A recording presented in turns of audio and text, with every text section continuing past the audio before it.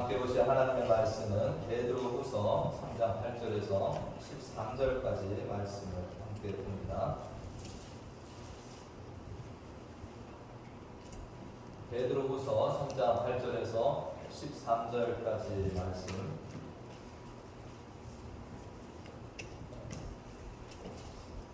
우리 함께 말씀을 읽도록 하겠습니다. 앞에 보셔도 되고 성경책을 보셔도 되겠습니다. 함께 읽습니다. 사랑하는 자들아, 주께는 하루가 천년 같고 천년이 하루 같다는 이 한 가지를 잊지 말라. 주의 약속은 어떤 이들이 더디다고 생각하는 것 같이 더딘 것이 아니라 오직 주께서는 너희를 대하여 오래 참으사 아무도 멸망하지 아니하고 다 회개하기에 이르기를 원하시느니라. 그러나 주의 날이 모두같이 오리니 그 날에는 하늘이 큰 소리로 떠나가고 물질이 뜨거운 물에 풀어지고 땅과 그 중에 있는 모든 일이 드러나리로다. 이 모든 것이 이렇게 풀어지리니 너희가 어떠한 사람이 되어야 마땅하냐? 거룩한 행실과 경건함으로 이 하나님의 날이 임하기를 바라보고 간절히 사모하라. 그 날에 하늘이 불에 타서 풀어지고 물질이 뜨거운 물에 녹아지려니와 우리는 그의 약속대로 의가 있는 곳인 새 하늘과 새 땅을 바라보도다. 아멘. 할렐루야. 우리가 기독교 신앙의 핵심이다 이렇게 할 때 우리는 예수 그리스도를 빼놓을 수 없습니다. 예수 그리스도의 이 땅에 오신 하나님이시면서 인간의 몸을 입고 이 땅에 오신 예수님, 그분의 탄생 그리고 십자가 죽음, 그 십자가 죽으심을 통해서 우리를 대속하신 그 사랑, 그리고 우리들 또 그 주님께서 죽음을 이기시고 뭐 하셨습니까? 부활하시고 승천하시고 그리고 또 뭐 하실 것입니까? 재림주로 오신다. 그래서 우리와 영원한 하나님의 나라에 들어가신다라고 하는 이것이 기독교 신앙의 핵심이라고 우리가 할 수 있습니다. 여러분들은 주님께서 이 땅에 오신 구원자 되심을 믿습니까? 믿으시나요? 그럼 그 주님께서 다시 오심도 믿으십니까? 아멘. 아멘. 잘 준비하고 계시는가요? 예수님 참으로께서 이 땅에 계실 때 직접 이렇게 모습도 보여주시고 그렇게 죽으셨다가 부활하셨고 그 부활을 본 증인들도 성경에 많이 있습니다. 그래서 그 주님께서 올라가시면서 뭐라고 하셨습니까? 다시 오겠다라고 말씀하신 거죠. 그러니까 주님의 승천을 바라보고 다시금 오신다라고 하는 이 약속을 들었던 성도들이 바로 오시는 줄 알았어요. 그런데 주님께서 어떻게 합니까? 한 해가 지나고 또 지나고 또 지나도 어떻게 합니까? 오시지 않는다라는 것. 이것을 재림 지연이라고 합니다. 예수님이 오신다고 하셨는데 점점 이것이 딜레이가 되는 겁니다. 그러니까 정말 주님이 바로 오실 걸로 생각하고 그 고난도 참아내고 기다렸는데 주님이 오시지 않으니까 어떤 사람들이 나타납니까? 재림은 없다. 재림이 있어도 아주 늦게나 올 것이다, 더디게 올 것이다 라고 얘기하는 이런 거짓 교사들이 생겨나니까 정말 주님의 오심을 기다렸던 성도들이 어떻게 합니까? 그것에 유혹을 당한다는 거죠. 그렇게 재림이 없다라고 생각하고 재림이 더디 올 것이다 라고 생각하는 사람들의 삶이 어떻겠습니까? 어떤 내 방종이나 어떤 이 땅의 것들에 더 연연해하면서 살아가게 되는 이 삶을 살아가는 일들이 있다라는 것입니다. 오늘날을 살아가는 우리들 어떻습니까? 주님께서 오신다고 하셨는데 2000년이 지나도 오시지 않아요. 우리들은 더더욱이 그런 재림이 없다라고 하는 사람들과 더디다고 하는 이런 가르침이 더 유혹이 큰 상황에 우리는 살아가고 있다 할 수 있습니다. 이러한 때 베드로 사도가 편지를 쓰고 있는 것인데 오늘 말씀을 통해서 우리 자신도 과연 나는 주님의 재림을 믿고 살아가는가? 그 주님의 다시 오심에 대해서 나는 어떤 준비를 하고 살아가고 있는지를 점검하는 오늘 말씀이 되기를 간절히 축원드립니다. 예수님께서 이 땅에서 참으로 복음을 전하시고 제자들을 양육하실 때 이 말씀도 안 하신 것이 아닙니다. 뭘 말씀하셨습니까? 내가 죽을 것도 말씀하셨지만 내가 다시금 부활하고 다시금 올 거다라는 말씀을 이곳저곳에서 많이 하신 것을 보게 됩니다. 그렇지만 이런 주님의 재림을 많은 사람들이 오해하기도 하였고 또 어떤 사람들은 이것을 자기 뜻대로 해석하면서 그렇게 살아가는 일들이 있었다라는 거죠. 주님께서 특별히 다시 오실 것에 대해서 말씀하신 이 비유의 말씀이 마태복음 25장에 나와 있습니다. 마태복음 25장에 보면은 예수님께서 세 가지 비유를 통해서 다시 오시는 것에 대한 이것을 설명을 하셨습니다. 10처녀의 비유가 있고요. 지혜로운 5처녀와 또 이 지혜롭지 않은 이 5처녀의 비유를 또 말씀하시고 또 달란트 비유나 양과 염소를 통해서 확실하게 주님은 다시 오신다라는 것과 다시 오셔서 심판을 하신다라는 또 상급도 주신다라는 것들을 누차 말씀하셨습니다. 특별히 마태복음 25장의 달란트 비유 여러분들 잘 아시잖아요. 어떤 주인이 먼 길을 떠나면서 뭐 했습니까? 자기 종들에게 한 종에게 5달란트, 한 종에게 2달란트, 한 종에게는 1달란트를 맡기고 떠납니다. 근데 보시면은 뭐예요? 내가 언제 올 거다라고는 얘기를 하지 않으셨어요. 그러나 어떤 말씀하셨습니까? 내가 다시 돌아올 것이다 라고 말씀하시면서 그 주인의 것을 종들에게 나눠주셨다라는 것을 우리가 볼 수 있습니다. 우리가 그 말씀을 다시 이렇게 생각해 보시면 종들은 주인이 언제 온다라는 것을 알지는 못했지만 돌아온다라는 것은 알고서 삶을 살았다는 것들. 근데 두 종은 어떻게 했습니까? 두 종은 어떻게 했어요? 정말 그 주인이 언제 올지 추측하거나 계산하고 지금 어느 쯤에 가셨으니까 뭐 얼마나 있다 오겠다 이렇게 하지 않고 성경을 보면 뭐합니까? 그냥 주인이 떠나간 이후로 그냥 본인들이 하던 일을 충실하게 하고 주인이 맡겨진 것을 잘 관리하면서 나중에 주인을 위해서 더 많은 이득을 남기는 삶을 살았다는 것을 볼 수가 있습니다. 그러나 정말 한 종은 어떻게 했습니까? 다른 한 종은 머리를 많이 굴렸습니다. 그래서 그 주인에게 받은 것을 가지고 뭐 했어요? 내가 이걸 가지고 손해보면 주인한테 혼나지 않을까?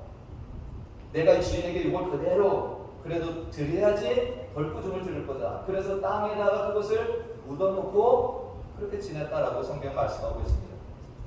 여기서 5달란트, 2달란트 받은 종의 대단함이 뭐예요? 여러분 그 당시에 종이라고 하면 뭐합니까? 주인에게 모든 것이 속해 있는 겁니다. 이 종들이 아무리 열심을 해서 그만큼 남겼더라도 그것이 누구의 것이 되는 거예요? 내 것이 아니라 누구의 것이 된다는 겁니까? 주인의 것이 되는 거예요. 그럼에도 불구하고 5달란트 받은 종과 2달란트 받은 종은 뭐 했습니까? 정말로 열심히 주인이 있든 없든 수고해서 그만큼을 남겼다라는 거죠.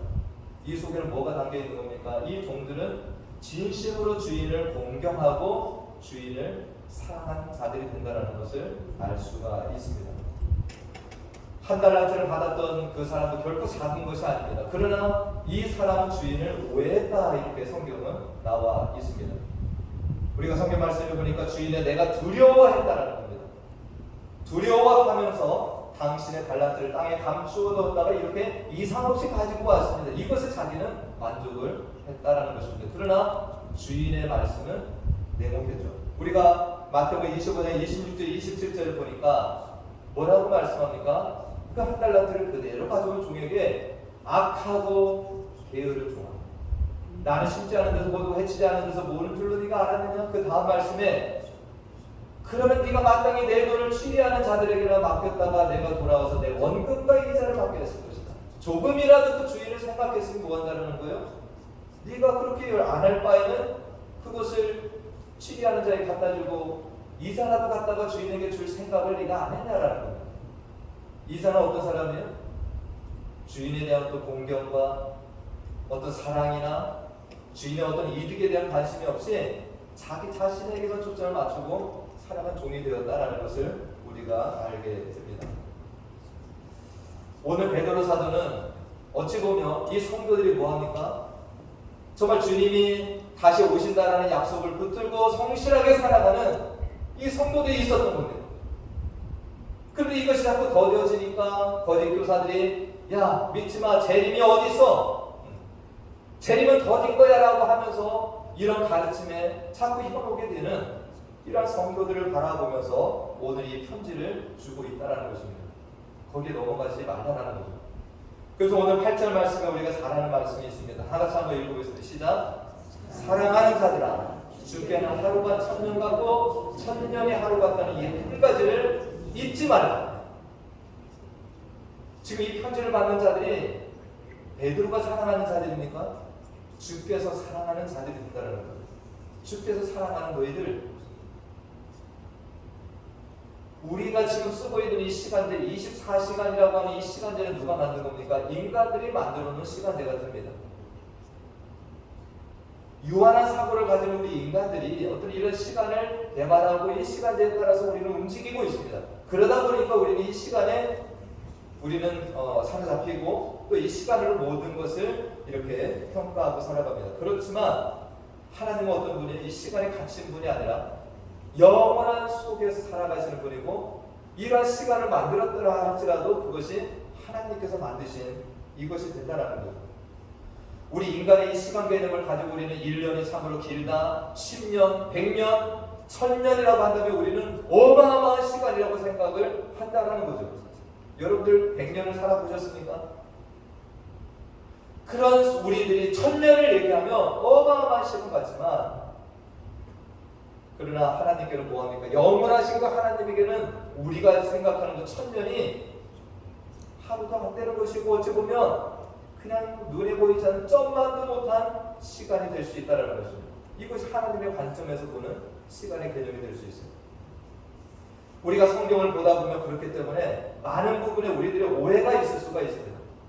예수님께서 이 땅에 오셔 말씀을 전하실 때도 요한복음 3장에 보면 예수님과 니고데모의 대화가 나오죠. 예수님은 거듭남에 대한 말씀을 하십니다. 누구든지 거듭나지 아니하면 하나님의 나라에 들어갈 수 없다. 근데 그것을 인간의 유한한 생각으로 니고데모는 뭐라고 합니까? 우리가 그럼 어머니 뱃속에 들어갔다 나와야 됩니까?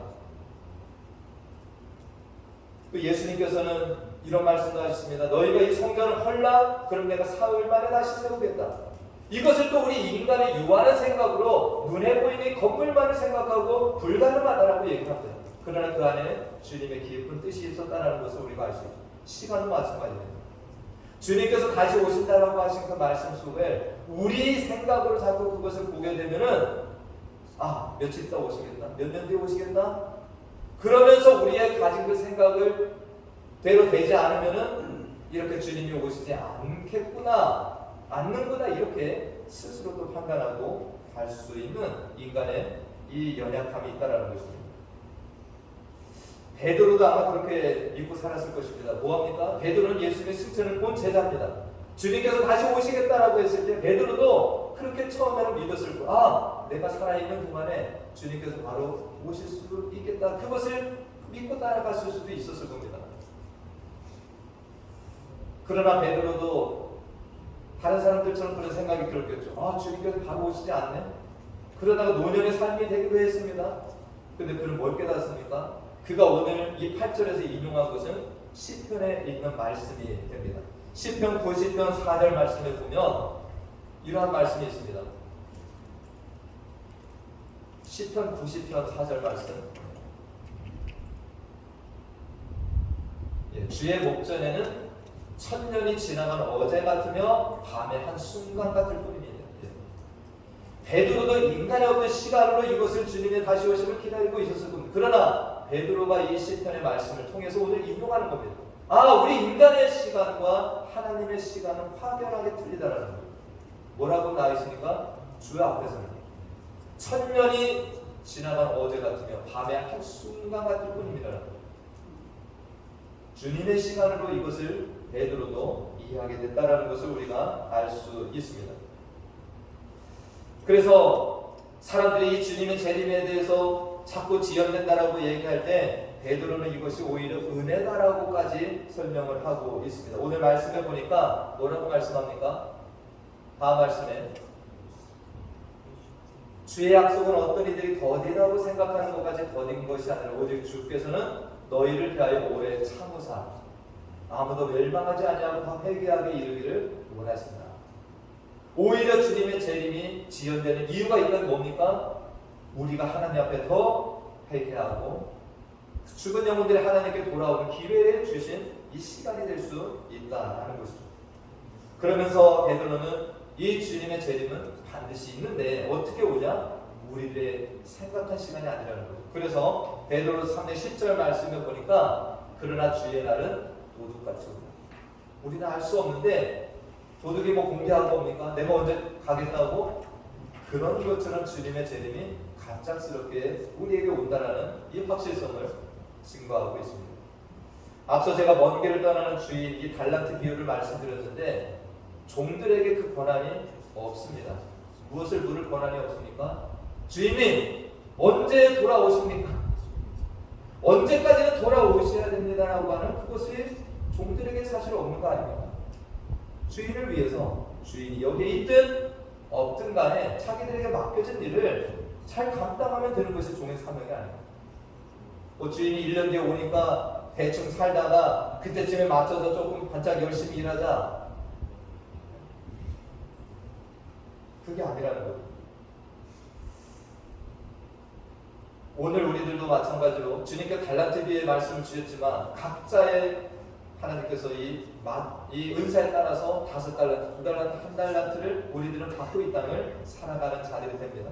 우리들이 관심 가질 것은 언제 주인이 돌아오냐 이것이 아니고 베드로 사도는 오늘 11절 말씀에서 우리가 이것을 생각하면서 살기 원하는 이것을 증거하고 있습니다. 다 같이 한번 읽어보겠습니다. 시작. 이 모든 것이 이렇게 부러지니 너희가 어떠한 사람이 되어야 마땅하냐? 거룩한 행실과 경건한 것을 하라. 우리의 관심이 언제 오시냐 여기 자꾸 두지 말고 그거 상관없이 내가 주인이 있든 없든 어떠한 행실과 거룩함을 가지고 내가 살아가야 되는가 이것이 우리의 관심사가 되어야 된다는 겁니다. 그 다음 말씀에도 이런 말씀이 있습니다. 다 같이 읽어보겠습니다. 시작. 하나님의 날이 임하기를 바라보고 간절히 사모하라. 그 날에 하늘이 불에 타서 부러지고 불질이 뜨거운 발에 불에 녹아지는 것. 하나님의 날이 있는 것을 믿고 그 날을 사모하면서 거룩한 행실과 우리는 그런 삶을 살아가는 것이 우리에게 중요한 일이 된다라는 것입니다. 이 베드로 사도도 정말로 주님의 오심을 무척이나 고대하고 기다리는 이 삶을 살아가다가 자신이 이제 노인이 되려고 합니다. 그렇지만 방금 전에 말씀드린 것처럼 이 말씀을 통해서 첫째로는 뭡니까? 주님의 시간이 우리의 시간과는 다르다라는 것도 깨닫고 또 주님께서 이 땅에 계실 때 말씀하셨던 그 다시 오실 때 그 어떤 그 달란트 비유, 양과 염소의 이런 말씀들을 이해하면서 하나님의 이 심판과 재림에 대해서 또 이해가 더 되어가는 삶을 살아갔다라는 것입니다. 그렇기 때문에 베드로는 중요한 것이 뭡니까? 내가 5달란트, 2달란트 받은 종과 같이 충성되게 내가 정직하게 이 삶을 살아가는 것이 정말 중요한 이 재림 신앙을 가진 신앙이 된다라고 생각하고 살아왔다라는 것입니다. 우리가 이 세상 역사와 교회 역사를 우리가 보게 되면 세기 말이 되면 한 번씩 이런 일들이 꼭 일어납니다. 종말이 왔다, 재림이 있을 것이다. 세상에서는 뭐 노스트라다무스라는 예언가가 이야기한 것이 이때가 된다라고 그런 이야기를 하고 교회 안에서는 뭐 성경을 보니 연구에 따르고 연수를 다 따져가지고 주님이 오실 때는 몇 월 며칠까지 이야기하는 이런 어떤 이단들이 판을 씁니다. 또 어떤 사람들은 666이라는 숫자를 막 연구하고 요한계시록을 자기 뜻대로 해석하고 사람들이 바코드를 쓰면 바코드 안에 666이라는 숫자가 들어있다. 뭐 베리칩이다 뭐 이런 것이 마지막 징조다 하면서 많은 사람들을 유혹하는 근데 거기 유혹에 넘어가는 자들이 누굽니까? 주님이 언제 오시냐에 거기에 초점을 맞추고 살아가는 사람들이 이런 유혹에 넘어지게 된다는 것입니다. 우리는 오늘 말씀을 통해서 정말로 이러한 것들보다는 아까 11절 말씀과 같이 내가 거룩한 행실로 이 주님의 오심을 기다리고 살아가는 저 우리 성도님들 되시길 간절히 축원드립니다. 제가 지난주에 참 감사한 일이 있었습니다. 정말 이 땅을 거룩한 신앙인으로 살아가는 제가 2분을 만나게 되었습니다. 한 분은 이명식 선교사님이라고 하는 분인데요. 이분이 대학에서 과학을 전공하고 미국에 유학까지 오고 그래서 미국의 어떤 기업들에서 그렇게 돈도 잘 받고 일을 하시다가 이분이 하나님 부름을 받아서 연변 과기대를 가셨대요. 요번에 제가 그분을 만나고 그분의 이야기를 제가 듣고 왔는데 이거 사진을 잠깐 보시면 이분이 연변에 가서 과기대 교수로 일을 하는데 그 학교가 기독교 학교였잖아요. 그러니까 이 연변에서 어떤 과학 기술을 가르쳐 주지만 여기에는 중국 공산당이 반대를 했더라도 복음의 성격이 있었습니다. 그리고 이분이 간증을 하는데 보니까 북한에서 넘어온 사람들을 엄청 많이 만나서 그분이 북한 선교에도 많이 이렇게 개입을 하셨더라고요. 지금은 저분이 이제 완전히 선교사로 지금 사역을 하고 계신데 또 본인이 지금도 중국에 1년에 두세 차례 가서 예전에 자기가 길러낸 제자들을 만나가지고 또 그들을 만나고 또 그들과 어떤 선교를 계속 논의하고 또 북한 선교 계속해서 이분이 일을 하고 계신 분이 됩니다. 또 이분은 자기가 화학 전공자인데 이 물의 어떤 것들을 또 연구하고 이런 기구들을 만들어서 이렇게 살가즈 저기 우리 물 위에 올려놓은 그 알카라인 그것도 그분을 통해서 제가 알게 된 겁니다. 그래서 저 물이 좋은 물이래요. 그래서 많이 좀 드시면 좋겠습니다. 어쨌든 이분이 이런 것을 통해서 이번에도 선교사의 어떤 건강과 사역에 대한 강의도 이렇게 해주고 가셨는데 참으로 이분이 자기에게 하나님이 주신 그 은사를 가지고 정말로 기쁨을 가지고 그렇게 섬기고 살아가는 모습을 제가 보면서 큰 도전을 제가 받고 왔습니다. 제가 이번에 내려오면서 차 안에서도 이 새롭게 와서라는 간증을 들었는데 우연찮게 이 카이스트의 산업디자인학과 교수가 되는 배상민 교수라고 하는 사람이 나와서 이 간증하는 것을 제가 우연히 듣게 되었습니다. 이분인데요. 이분이 뉴욕의 여러분들 잘 아시는 파스스라고 하는 디자인 그 학교에서 졸업을 하고 그리고 이분이 정말로 어떤 큰 디자인 상도 받고 그래서 그 대학의 교수도 이분이 하셨대요. 그리고 나서 유명한 어떤 세계 기업들에서 그렇게 콜링을 받았는데 이분이 이 디자인을 계속하면서 어떤 고민이 하나 생겼다는 거예요. 그 고민이 뭐냐면 자기가 하는 그 디자인이 결국에는 사람들의 소비를 조장하고 사치를 조장하는 일을 하는구나라는 것을 자기가 깨닫고 이 일에 자기가 회의감이 들어요. 그래서 유능한 디자이너는 누구냐? 사람들로 하여금 빨리 그것을 물건을 바꾸도록 하는 사람이 그런 사람이 유능한 디자이너가 된다는 거예요. 그래서 이분이 그리스도인으로서 내가 그런 일을 하는 것보다는 정말 생명을 살리는 디자이너가 되어야 되겠다. 그래서 이분이 어떤 유명한 어떤 기업들의 오퍼를 거절하고 카이스트라고 하는 이 한국의 정말로 여기에 교수로 와서 이분이 정말로 섬김에 이 디자인 사역을 하는데 오히려 한국에 와서 상을 엄청나게 더 많이 받아요. 이 세계적인 상을. 그러면서 이분이 정말로 지금 얼마나 자신이 행복하게 살아가는지를 간증을 하는데 제가 받은 도전은 앞서 말씀드린 임성 교사님이나 또 이런 어떤 대선민 교수라는 분이나 하나님이 자기에게 주신 그 은사를 가지고서 자기 어떤 기쁨과 영광을 위해 살아가는 것이 아니라 이 은사를 주신 누구예요? 하나님을 위해서 어떻게 내가 이것을 사용하다가 갈 것인가를 고민하고 이 길을 걸어가고 있다는 것입니다. 이분들의 꿈이 제가 임성 교사를 만나서 얘기했지만 이분 재능도 많아서 지금이라도 어떤 기업에 취직하면 돈도 많이 벌 수 있어요. 그러나 이분은 정말 이 생명의 복음을 증거하기 위해서 애를 쓰고 기쁨으로 그것을 감당하고 이번에도 선교사님 몇 명 모여있는 자리에서 기쁘게 강의를 4시간 하시더라고요.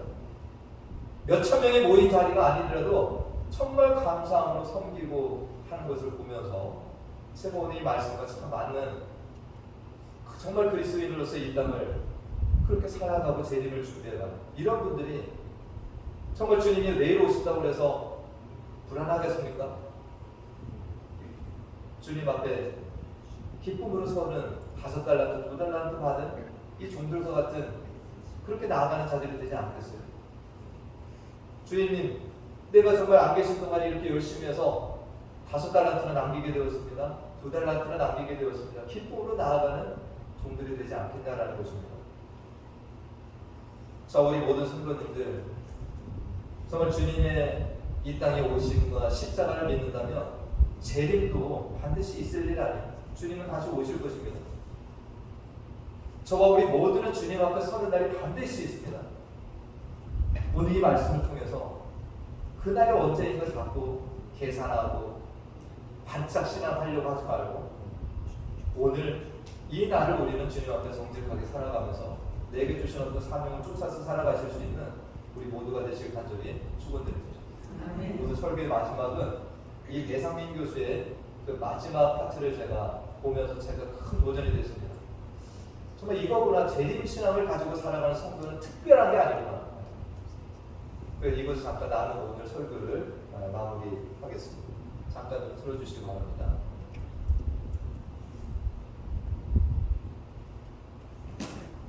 영어 자막까지 나오니까 참조해 주시기 바랍니다.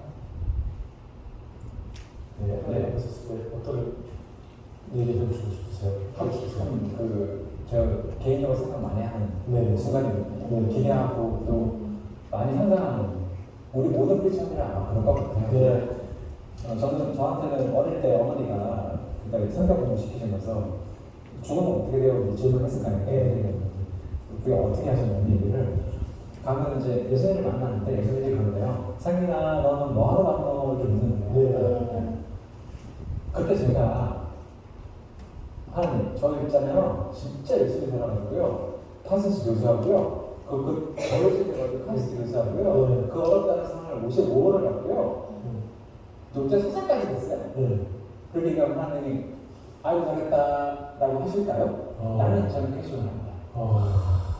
이러지 않으실까요? 제가 꿈꾼 적이 있는데 아프고 기회를 줘. 내가 너한테 그렇게 많은 축복을 주고 기회를 줬는데 너는 네 몸뚱아리 하나 건사하고 살았냐? 라고 질문하실 것 같아요. 무서워. 저 무서워. 가만히 생각해 보십시오. 그러니까 지금 우리가 하고 누릴 수 있는 이 모든 여건이 우리 힘으로 된 건 없잖아요. 우리가 노력해서 내가 열심히 공부하고 심지어 크리스찬이니까 제가 말씀을 드릴게요. 우리가 초대 신앙이었고 우리 할머니가 우리 어머니가 나를 위해서 그렇게 새벽기도를 열심히 하셨기 때문에 내가 있다고 생각하잖아요. 저는 아니라고 생각해요. 내가 아는 하나님은 그런 하나님이냐? 내가 말하는 안 되죠. 아프리카에 있는 어린이는 저보다 못해서 그렇게 힘들게 사나요? 아닌 것 같아요. 그러면 우리 아이들이 아프리카에 있는 어린이보다 머리가 좋은가요? 아니에요. 말이 한도 안 통하는데 다 알아듣게 됩니다. 까치까치 눈이 빛나요. 그거 아닌 것 같거든요. 내가 열심히 살았고 다 열심히 살았지 우리. 근데 이렇게 열심히 할 수 있는 기본적인 것은 다 그냥 주는 거야. 대한민국에 태어나게 했고 목사 집안에 태어나게 했고 내가 선택한 게 아니잖아 우리 집안 그죠? 그 집안에 태어나게 했고 그래가지고 어떻게 말씀 빌려다가 미국 가서 또 공부도 시켜줬어요. 그 왜 그랬을까요? 아프리카 어린이보다 내가 더 이뻐서 하나님이 보시기에는 똑같은 대전놈인데 오히려 내가 볼 때 하나님이 보실 때 아프리카 어린이가 훨씬 더 사랑스러울 거예요. 저는 죄를 많으셨거든. 시기 질투하고 마음속으로 사랑을 죽이고 욕심을 부리고 걔네들 안 그렇거든요. 너무 행복합니다. 그거 아닐 것 같아요. 그렇다면 왜 우리에게 이런 1%의 축복을 주셨을까? 왜 고민이 하게 되고 그렇게 보실 것 같아요. 내가 너한테 그런 기회를 줬는데 너는 그러고 살았니? 그게 제일 무서워. 우리가 이런 얘기를 들어야 되지 않겠습니까? 제가 듣고 싶은 말 착하고 충성된 종아. 네가 조그만 거에 충성했으니 내가 너한테 큰 일을 맡길게. 그리고 주인의 잔치에 참여하게 해줄게. 그 말 듣는 게 우리의 모두 꿈이잖아요. 네. 그래서 저는 우리 대한민국에 사시는 분들이 전 세계 상위 10%거든요. 아무리 힘드신 분도. 그리고 우리 이 자리에 계신 분은 상위 0.죄송하지만 0.00006% 계세요. 어마어마한 축복이죠. 아니 다. 네. 어마어마한 축복이에요. 근데 이거를 내가 노력해서 얻었다. 내가 기도 열심히 하고 내가 신앙생활 열심히 해서 얻었다. 그거 아니에요. 제가 하는 하나님. 아닙니다. 그거. 먼저 준 거예요. 왜? 그렇지 못한 사람들을 위해서 네 재능과 네 능력과 탤런트를 쓰라고 하나님 먼저 축복하신 거예요. 그래서 그걸 하지 않는 거는 이게 선택사항이고요. 이거 죄예요. 저희들한테는 의무사항. 그래서 그걸 하지 않고 하늘나라에 간다면 무엇을 이름을 내세우겠습니까? 아무 이걸 왜 내서 하나님 아이고 잘했다 내 머리가 좋구나 그러시지 않는 거죠. 그래서 그 생각 때문에 교만해지거나 제가 하는 일에 지금 사람들이 막 치켜세울 때 있거든요. 네. 막 사람들이 막 네. 사랑을 하고 겁나요. 되게 두려워요. 그래서 최대한 낮춰서 그곳에서 어디서 일하는 간에 주변에 있는 사람들, 직장 동료들, 그 다음에 학생, 저 같은 학생이죠. 이웃들, 그분들을 섬기는 내가 할 수 있는 안에서 섬기는 그런 행동을 해야 되지 않을까. 그래야 예수님의 사랑을 자연스럽게 전도할 수 있지 않을까. 그런 생각을 많이 하고 있습니다. 오늘 말씀까지 정말 굉장히 대부분 사람들을 추하게 만든 굉장한 이야기 들었습니다. 우리 지혜는 어떻게 되셨어요? 저는 사실 이렇게 눈을 뜨고 호흡하고 사랑한다는 것이 좀 당연시 여겨질 여기까지만 듣겠습니다. 관심 있는 분들은 전체를 한번 들어보셔도 큰 유익이 될 줄로 생각합니다. 우리 잠깐 기도하고 마치도록 하겠습니다. 하나님 아버지, 다시 오시마 말씀하신 주님께서 반드시 다시 오실 것입니다. 그리고 우리 모두는 심판대 앞에서 또 주님의 심판을 받기도 할 것입니다.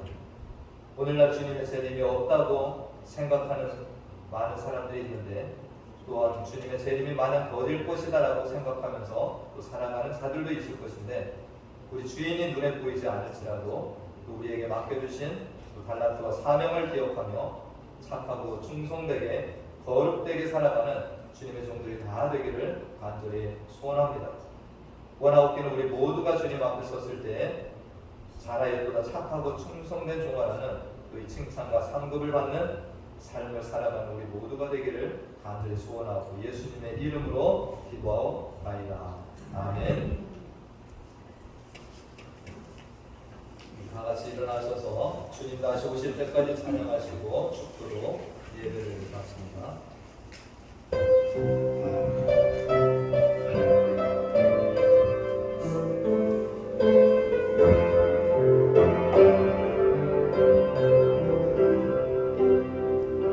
주님 다시 오실 때까지 나는 이 길을 가리라. 좁은 길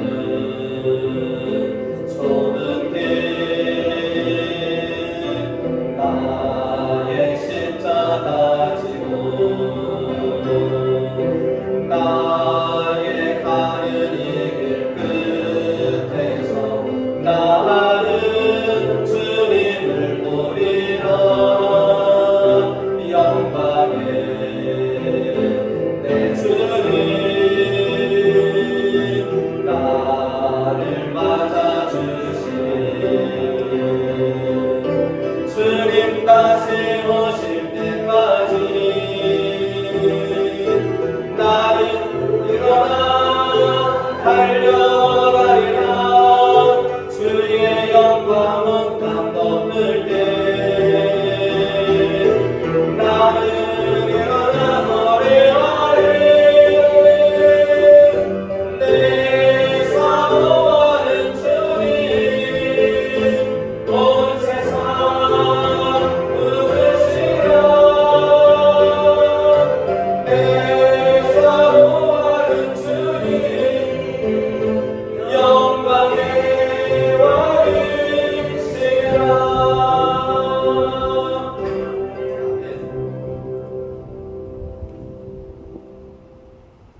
지금은 우리 주 예수 그리스도의 은혜와 하나님 아버지의 무한하신 사랑과 성령님의 교통, 감화, 충만 대주 인도하심이 다시 오시마 약속하시고 승천하셔서 하나님 우편에 앉아 계시다가 그곳으로부터 산자와 죽은 자를 심판하러 오실 주님을 기억하며 이 땅을 살아가는 동안에 착하고 충성된 거룩한 행실과 경건함으로 하나님의 날이 임하기를 간절히 사모하며 살아가기를 소원하고 나아가는 사랑하는 자녀들의 머리머리 위와 그 가정과 기업과 또 우리 교회 가운데 영원토록 함께 하시기를 간절히 축원하옵나이다. 아멘. 네.